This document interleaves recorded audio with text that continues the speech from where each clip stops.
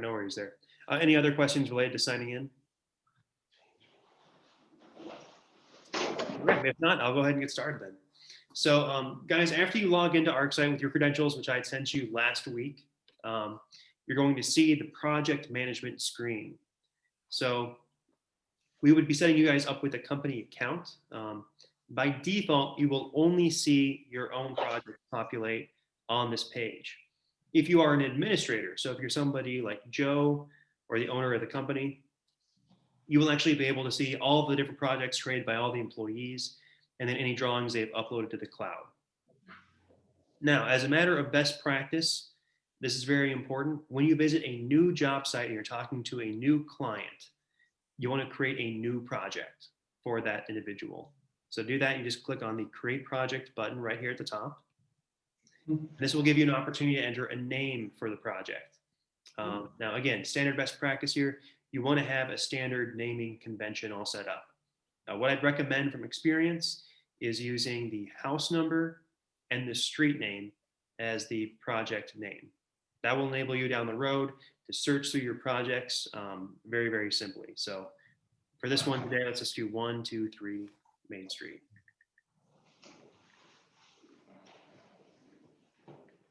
Then you just click Create. And you can see that project is going to populate right here. So if we click on that, this is going to bring up the thumbnail page. This is where you can view all the different drawings that are saved into each project folder. We're going to click on Create Drawing here to create our very first ArcSite drawing. Couple things of note here, folks, how accurate do your drawings need to be? As in, do they need to be accurate down to the foot or down to the inch? What? Down to the foot, okay. So what you want to do here, and this is just something you all need to do, from this page here, click on Units and Precision. Then make sure you have your length units set to feet and your length precision set to 1 foot. You only need to do this once. It'll save this information moving forward. Once that's all set, click on Create Drawing at the top, and then click on Create with the blue button at the bottom. All right. This will bring you to the ArcSite canvas. This is kind of the meat and bones of ArcSite. This is where you're going to do all your work. This is also really what sets us apart from any other app or CAD experience on the Apple App Store. So I'm going to point the camera down at my hands at this point so you can kind of see, how I use my fingers and how I move my hands across the screen. Obviously, you're not going to be able to replicate that perfectly, but I think the visual is very helpful. So to help orient you with what you're looking at, on the left and top sides of the screen, there are 2 sets of rulers. There's one going from top to bottom, and then there's one going from left to right. On my screen, the one going from left to right says 0 to 200 feet. These rulers are here to give you a sense of scale or perspective. At the center, there is kind of a grid or graph paper. This is called the digital canvas. This is where you do all your drawing.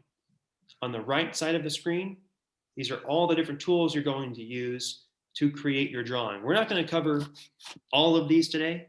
You only really need to know a handful of them just to do the bare minimum. Yeah, as you kind of learn the tool, you'll probably explore more of these in depth. So a couple quick things of note.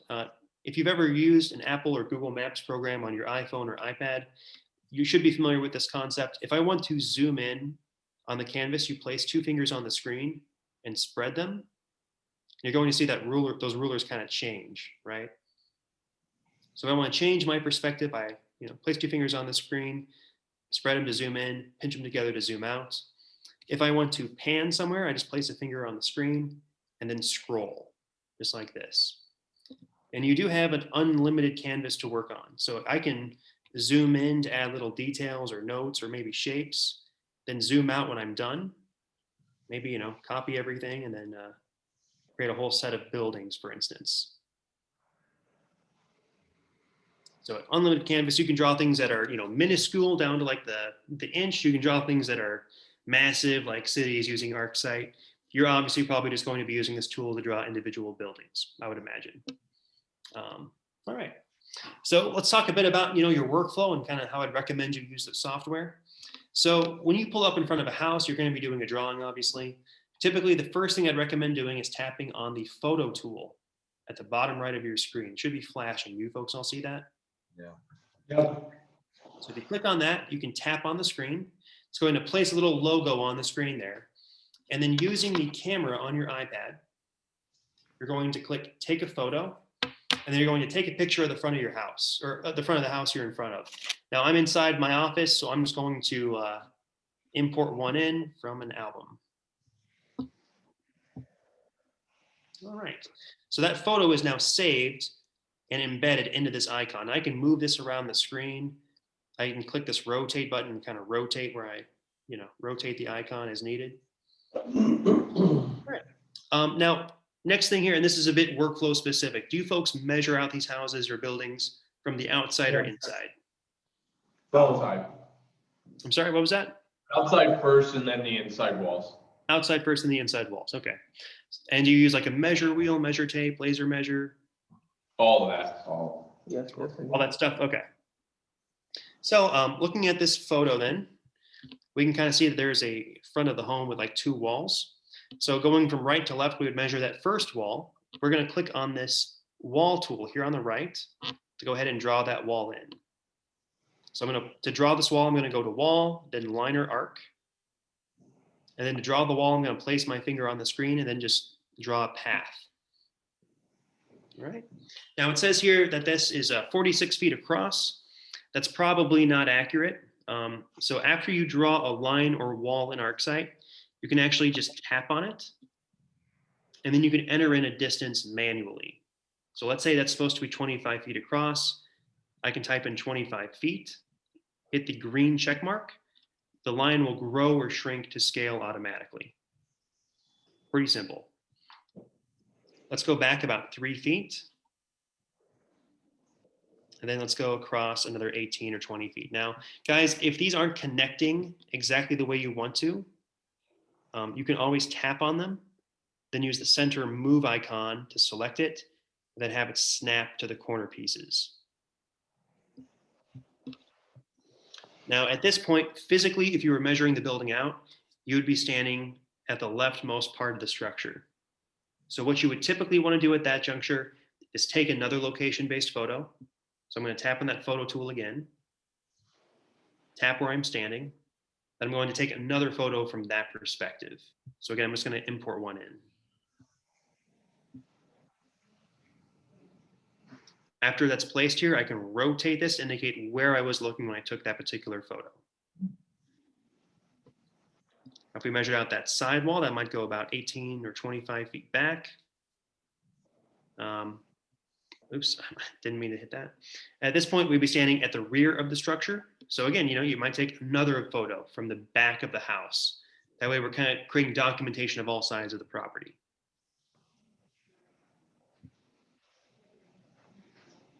We'll rotate that to indicate I was looking at the back of the home. I'm just going to quickly draw out the rest of the structure. Okay. Now, if you have any doors or windows that you need to keep track of, where the front entrance is, back entrance is, all that stuff, right below the wall tool, there's an openings tool right here. And if you click on that, it's going to bring up this menu to the left. This has all different sorts of windows, doors, all that stuff that you can simply drop in. To use these, you just select which one you want to use. So in this case, I'm going to click on single door. It's going to drop that door somewhere in the center of the canvas. And then I'm going to use the center move button here to move this, and it'll snap directly onto a wall. You see how that works? If I release my finger, you'll see it creates an opening right there. Now, if I want to create a series of openings, I can use this bottom duplicate button here to copy the door, then create a separate opening right over to the right. I'm going to do this front entrance. Hang on just a second, Ken. We got all of our video screens seeing everybody are blocking your drawing. Hold on. Can I click on this? Look at the drag it, yeah. Look at that see the far left? Never mind, you're good. Do I need to repeat that process? One more time would be great. Okay, all right. So if you want to drop an opening onto the canvas, right, like a door, window, something like that, right below the wall tool, there's a button called openings. That's going to bring up a list of openings like doors and windows that you can simply select and drop in. So you would pick which one you want to drop in. In this case, I'm going to select a single door. It's going to bring that door right into the center of the canvas.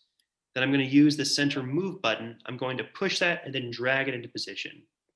Most of the buttons in ArcSite function by pushing and then dragging. So select and drag, and we'll put that right over here. You'll notice that it'll snap to the center of the wall, and you can see it's going to create an opening in the wall when you see those dashed lines going along the wall. There we go. Let's create an opening there. All these windows and stuff, folks, these work the exact same way. So if I want to create an opening like a window, I just click on the window, and then I move that into position wherever there's supposed to be a window. If I want to create a series of windows, I can use the duplicate button, which is the bottom one, looks like two rectangles. And then that'll copy the object, and then you can create a series of them. Pretty useful to know. Okay. Now, guys, when you are walking around a house, what are some things you want to take note of? Cracks. Air conditioner. Yeah, air conditioner, plumbing, gas lines, any of that stuff. Okay, awesome. So couple things you can do to kind of record those things in ArcSite, just like you might draw a little symbol, right, on a piece of paper to indicate where an AC unit is, for instance. In ArcSite, you can drop in pre-made shapes to help locate those things. So to drop in a shape, right below openings, there's a tool called Shapes. That'll bring up a menu to the left. This populates with, I think, thousands of pre-made shapes. You can just scroll through these, find whichever one you want to use. And then just like openings, if you select them, it'll drop that symbol right into the center of your screen. At that point, you can move it into position and then modify it to make it look however you want. So for instance, this is supposed to be an arrow pointing north. I can rotate this to indicate where north is. Obviously, I don't need the symbol to be that big, so I can use these orange rectangles. These are called control points to make the symbol larger or smaller as required. Now, if we click on ArcSite Basic right here, that's the name of the shape library. If I click on that, you're going to see on my screen that I have lists of different shapes that I can use. When you click on that, you probably don't see that same list. That's because you haven't downloaded the additional shape libraries. You'll probably see a big blue button that says Get More Shapes. If you click on that, that'll bring you to this menu. And here you can download lists of different shape libraries. These are absolutely free. They're included with your subscription. A couple ones I'd recommend you download would be the Foundation Shape Library and then Elevations by Tense Shape Library. You mentioned that you need to, I say that because you mentioned that you guys need to keep track of things like gas lines, AC units, all that stuff. The Foundation Shape Library has those shapes pre-made and built into it. So for instance, here's one for an AC unit. I can click on this, drops that symbol right into the center of the screen. Then I can move that to wherever the AC unit is. Like that? That's a game changer right there. I've been trying to figure out how to do this all week. Is that the HVAC add-on or foundation? Well, that's why I'm here, guys. I can save you an enormous amount of time otherwise spent learning it yourself. Same thing here. We got one here for the furnace, electrical panels. I mean, if you just scroll through these, you're going to see a bunch of stuff I'm sure you're going to be able to use. Like here's one for a gas meter, for instance. All right. Now, of course, we were using those location-based photos, right, to take photos around the property, which is enormously useful. If you see something like a crack in the door, you would probably use location-based photos to document it. So let's go ahead and draw maybe a room over here. We'll drop in like an opening going into the room. And then maybe as part of my sales presentation, I want to be able to show the client, hey, you have some cracks around the property. I would probably click on the location-based photo tool, click right by that door, and then just take a photo of an entryway. Right?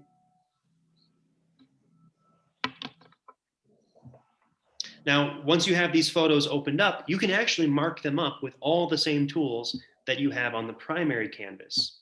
So for instance, one thing I would highly recommend you do is use the freehand mode drawing tool. Oh, go away, Siri. I didn't select you. I won't respond to that. Anyway, So we're under draw right now. I got freehand mode selected. I'm going to change the color of the line to red, which I do by clicking on color and styles. That's this little box. Oh, I gotta move this out of the way. Okay. That's this little box at the bottom. And I click on red, and I'm gonna turn my line weight all the way up to like 18 or 19. And then I can quickly draw on here where I saw a crack. Then if I wanted to drop in text or something like that to explain what I was looking at, I could click on text and then just maybe make a note here that, crack is in the wall, crack by corner.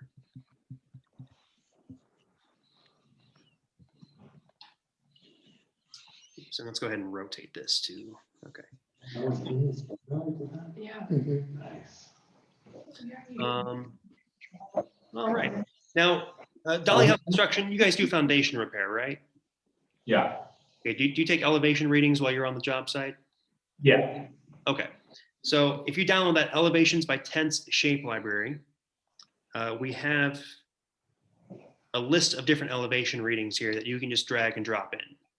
You guys have all this already, right? I just did it, that's why I was geeking on.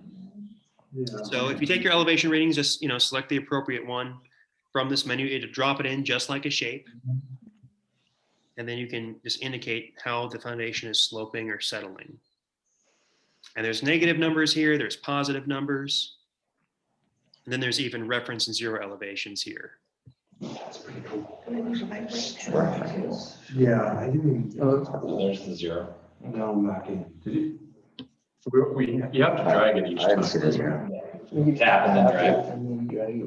Hey, You can't. Yeah, go ahead.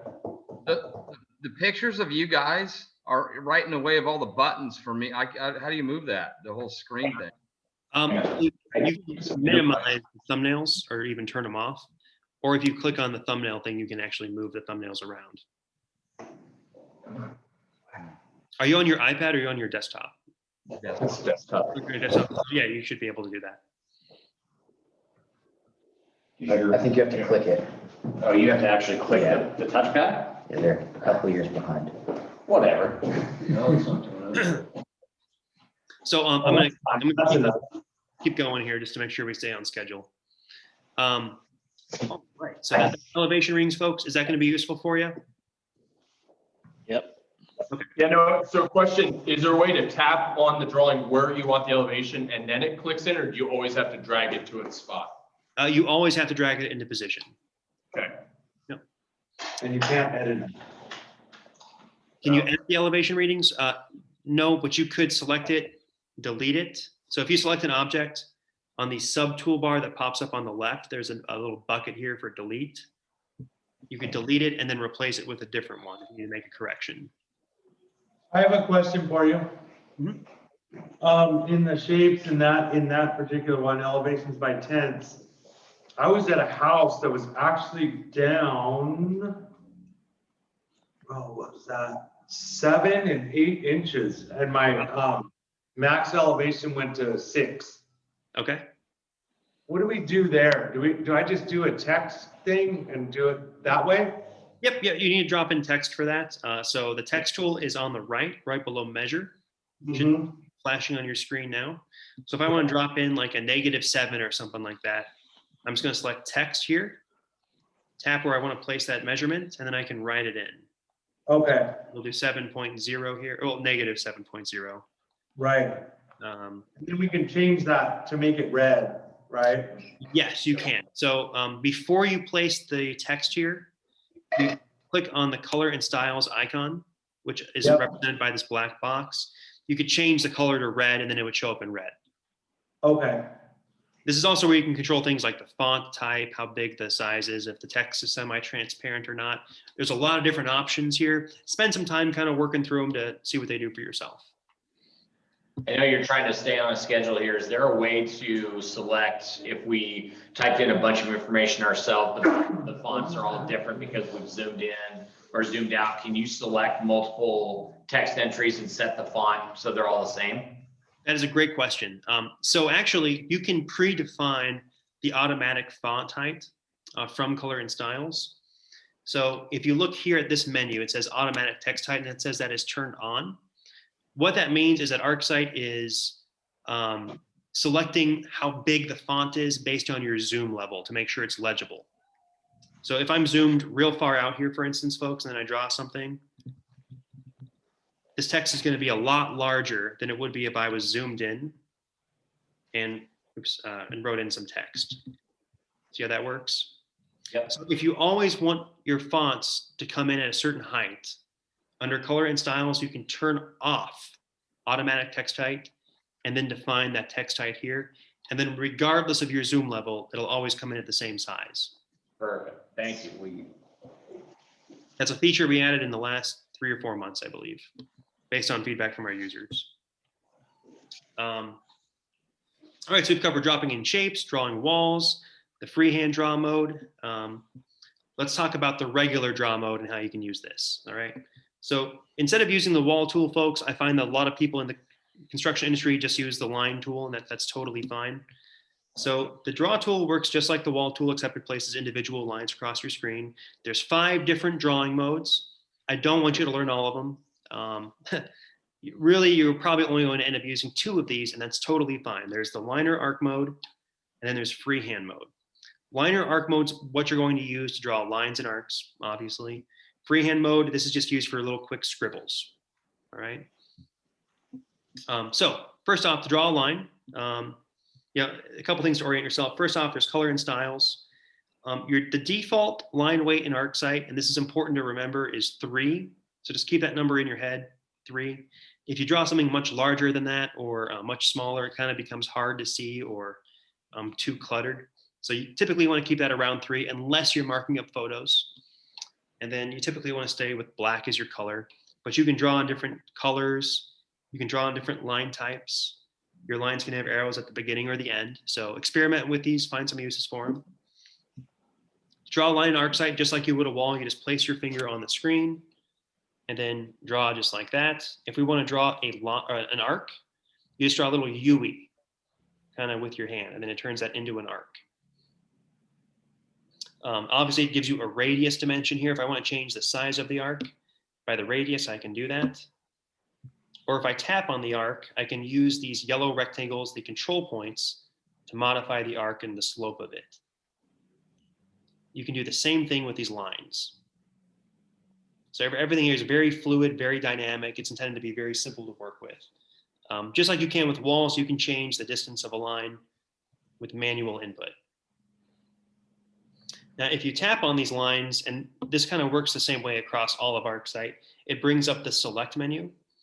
So this enables you to rotate the object, create a duplicate of the object, a mirrored version of the object, or again, you can use the control points to, change the angle and where the line's pointing.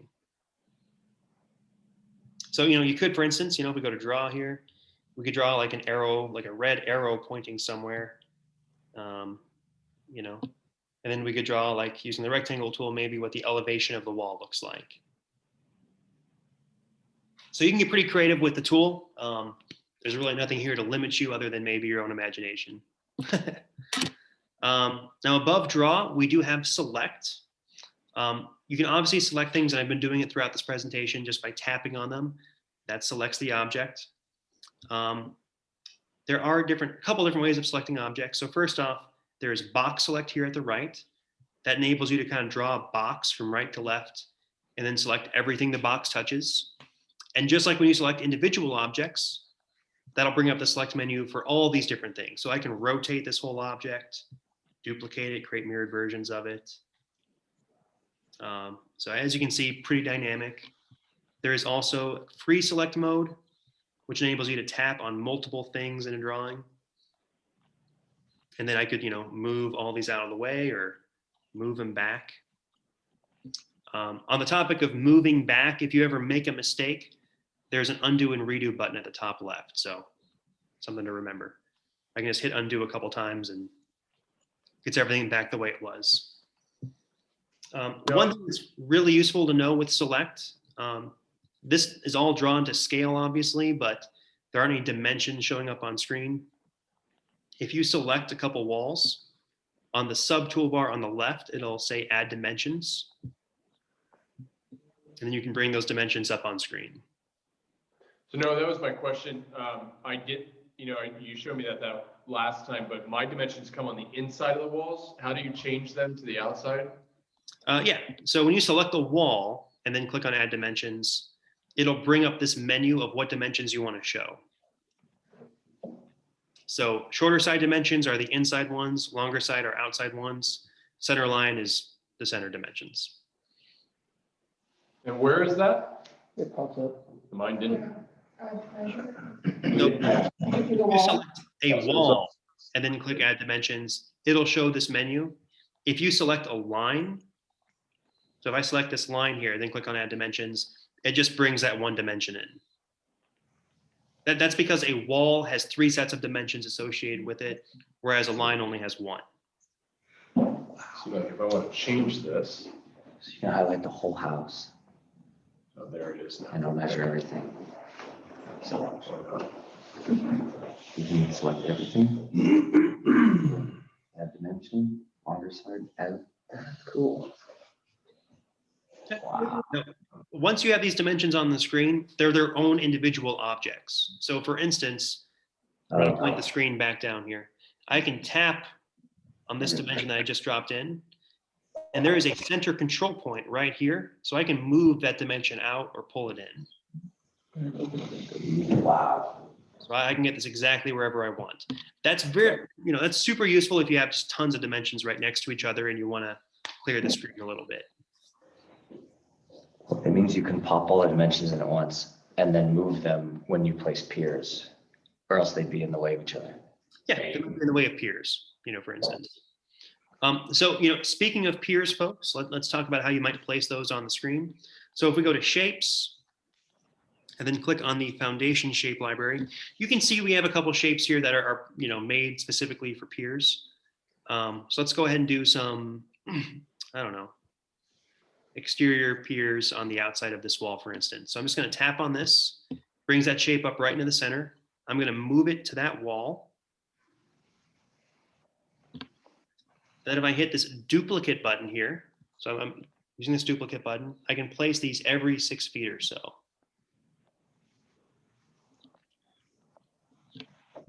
Now, you folks might have your own ways of drawing piers on your current diagrams. You can create your own custom shapes and share them across your company account so everyone's using the same set of symbols. Once you folks purchase a subscription, customer success will help set that up for you. In the meantime, you guys can just use these default objects. You got P for push pier, H for helical pier. That's great. Yep. So, pretty standard stuff, but we can get more customized once you guys get going with the software.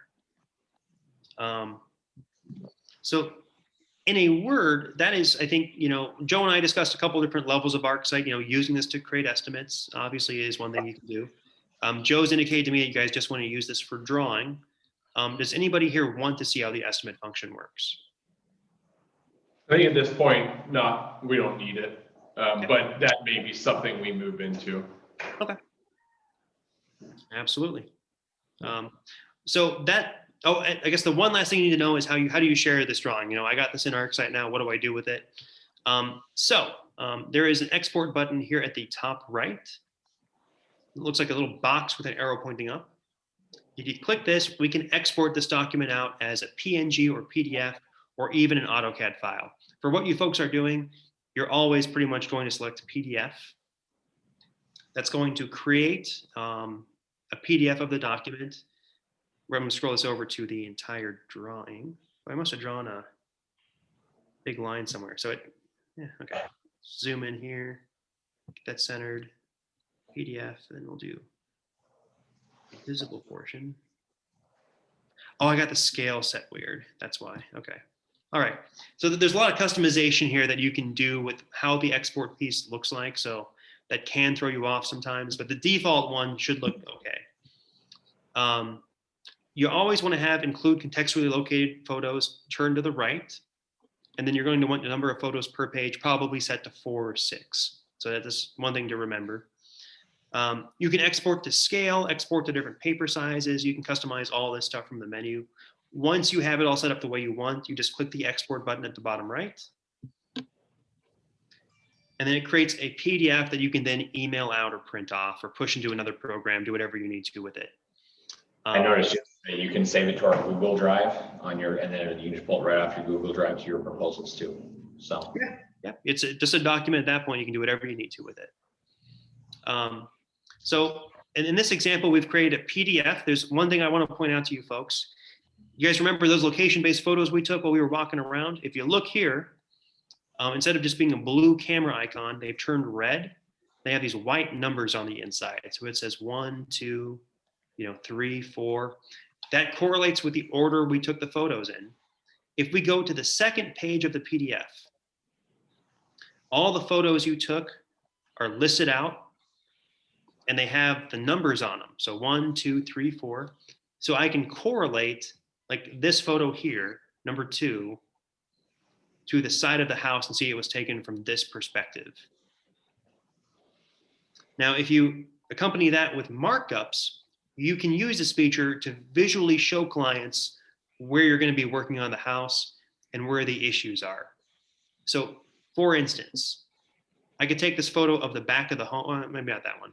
I could use this photo of the side of the property and using the draw tool, I could mark this up and indicate where piers are going to be placed. And then when I export this out to attach it to the back of a document, now the customer can kind of see, hey, they're going to be placing piers at 3 points along the side of this house. This also becomes a really powerful tool for your installers because this gives them eyes on the job before they ever walk out there. So if you use this function properly, it's going to reduce return trips to job sites. It also should increase your close rate because now instead of just being a contractor doing things on pen and paper, these guys are getting a CAD design complete with illustrations. It really helps complement your whole sales cycle. Okay. One last thing you can do here, folks. So I showed you how to export the drawing. If you ever want to share a project between your team, so you walked around the house, did a measurement or something. Joe, maybe one of your cohorts there has a question. He wants you to review the drawing.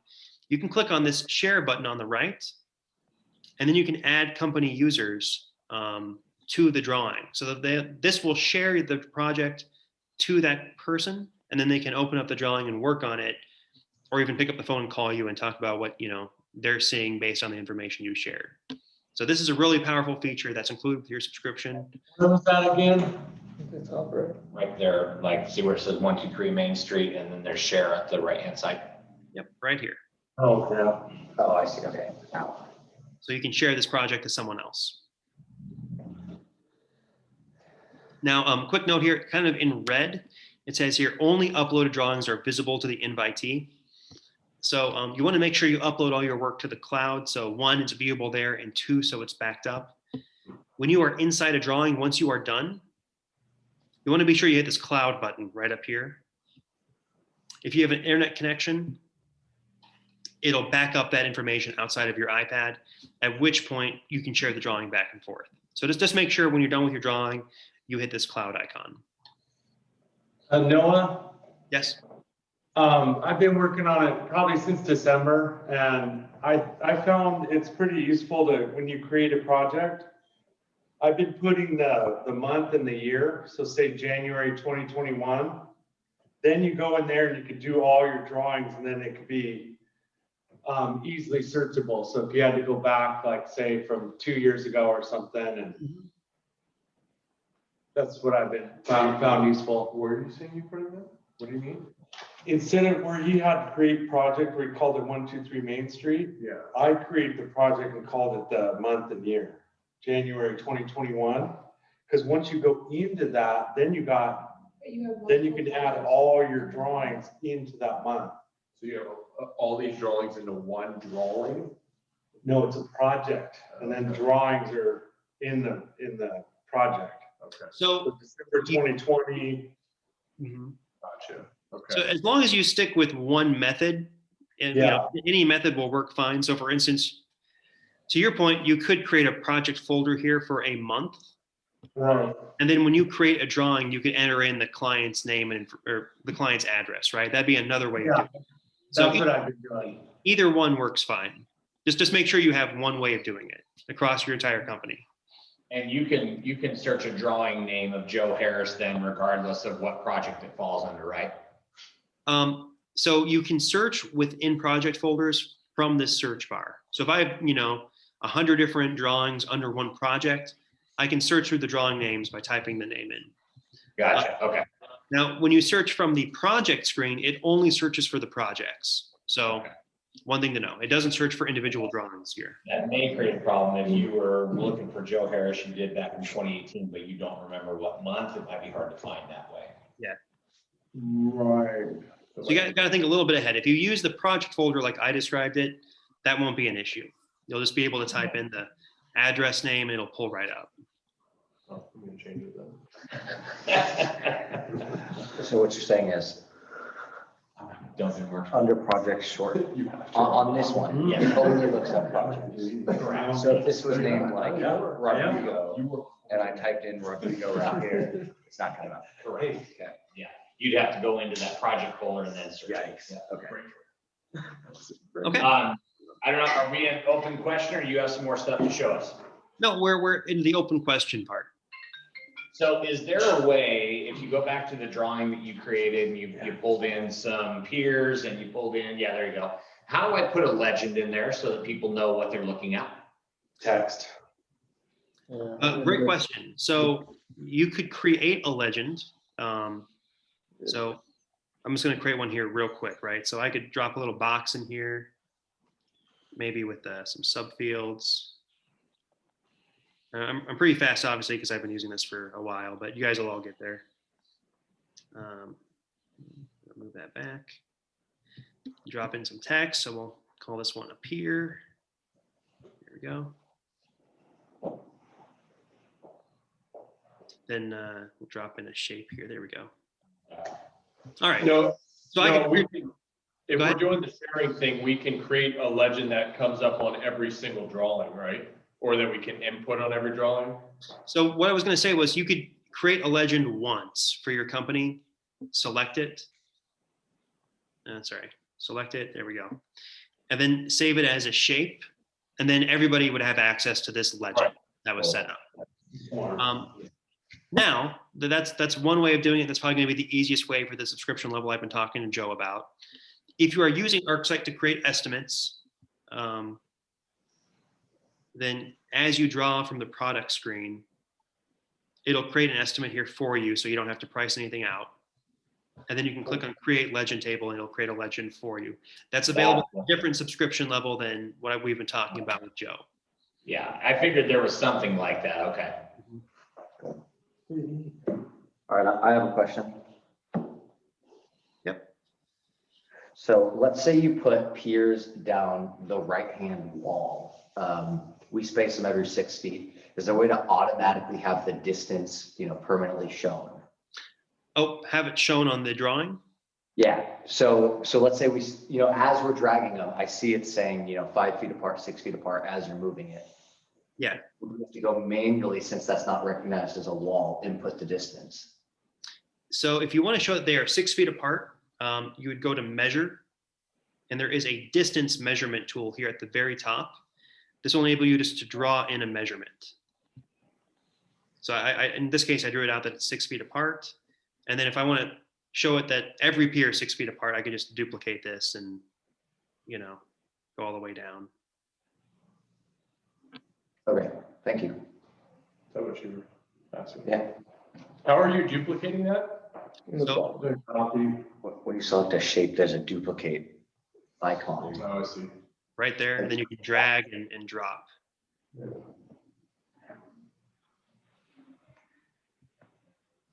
Mastering the basic functions will take just a little bit of time.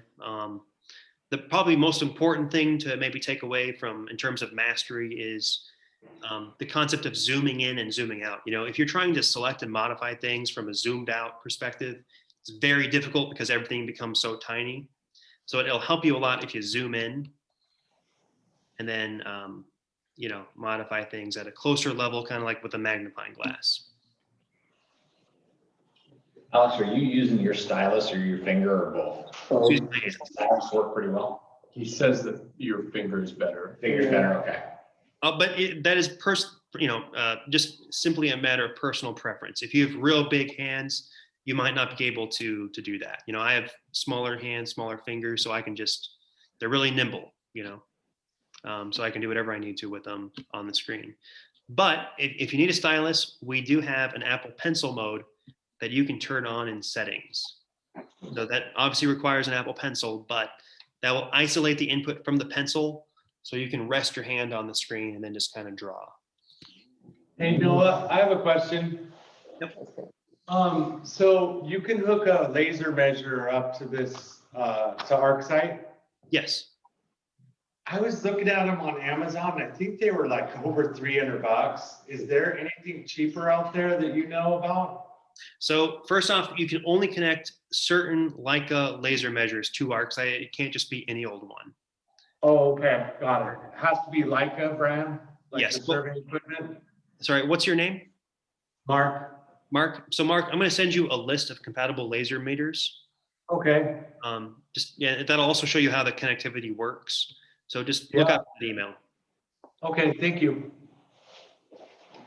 For you. Ding, ding, ding, ding. Game changer right there. And then you just have to minorly adjust. Why don't they ever give you your own personal assistant? He or she can just come and do it all. Dude, I know. That's why I like bringing my girlfriend out.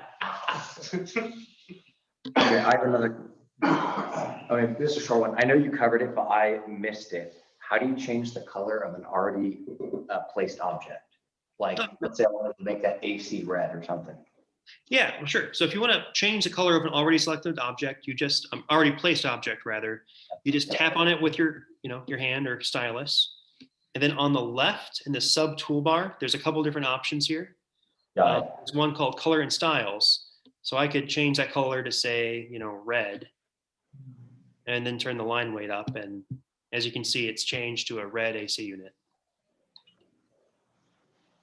Got it. Thank you. So in some situations, we want to indicate like a 4-foot wide field where we're gonna put like polyurethane void fill. And so we're putting in like this, 4-foot wide field along the north and the east wall of your structure here. I've been using like just rectangles that I then go ahead and fill with whatever color I want. Is there a better way to like drag a big wide line like that? Yeah, you could use like the measure and then area rectangle tool for something like that. And then it would kind of create a space here with a color on the inside. And then if you tap on this, you can go to color and styles and change. Or even move it into the house. If I want it on the inside of the house, I can move it from there. Yeah. Cool. Good question. Void fill here, and then if we tap on this, we can actually move that to wherever we want. So Leslie can quit yelling at me that I don't put in my void fill in the right way. Yeah. That's awesome. Yeah, I would recommend kind of experimenting with the measure tool, going through each one of these, and then just trying to get an idea of how they work.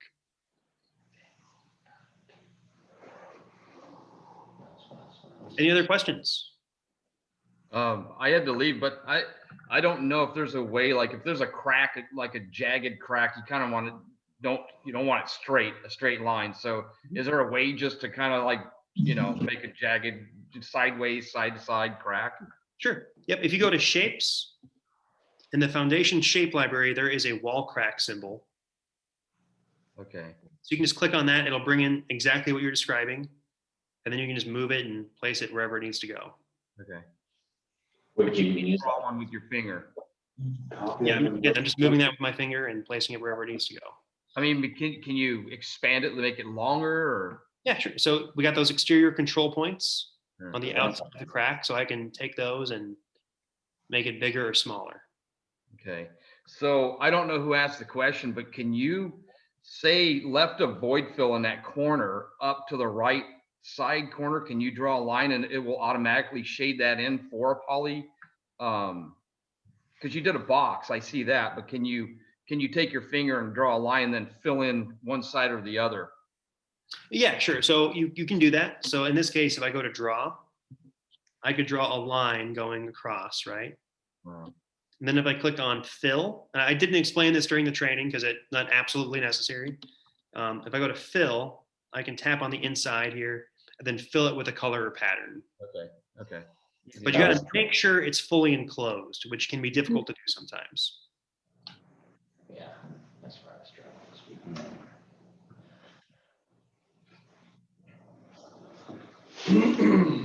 All right. Any other questions? Nope. Okay. Well, guys, on a scale of 1 to 10, how useful was this for you? 10. 10? Okay. Well, my takeaway here, guys, I'm going to send you all a follow-up email. Mark, I'm going to send you an email on compatible laser measures. Again, if you have any questions, give me a phone call. Your trial is good for 2 weeks, so I'm going to kind of extend that out a little bit. At the end of that, or maybe a bit before, Joe and I will connect to actually get your account set up, at which point we would do a second training with you folks in customer success. All right. All right, everybody. Well, very nice meeting you. Again, my name is Noah, and here to help. Thanks, Awesome. Noah. Thank you. Oh. Oh.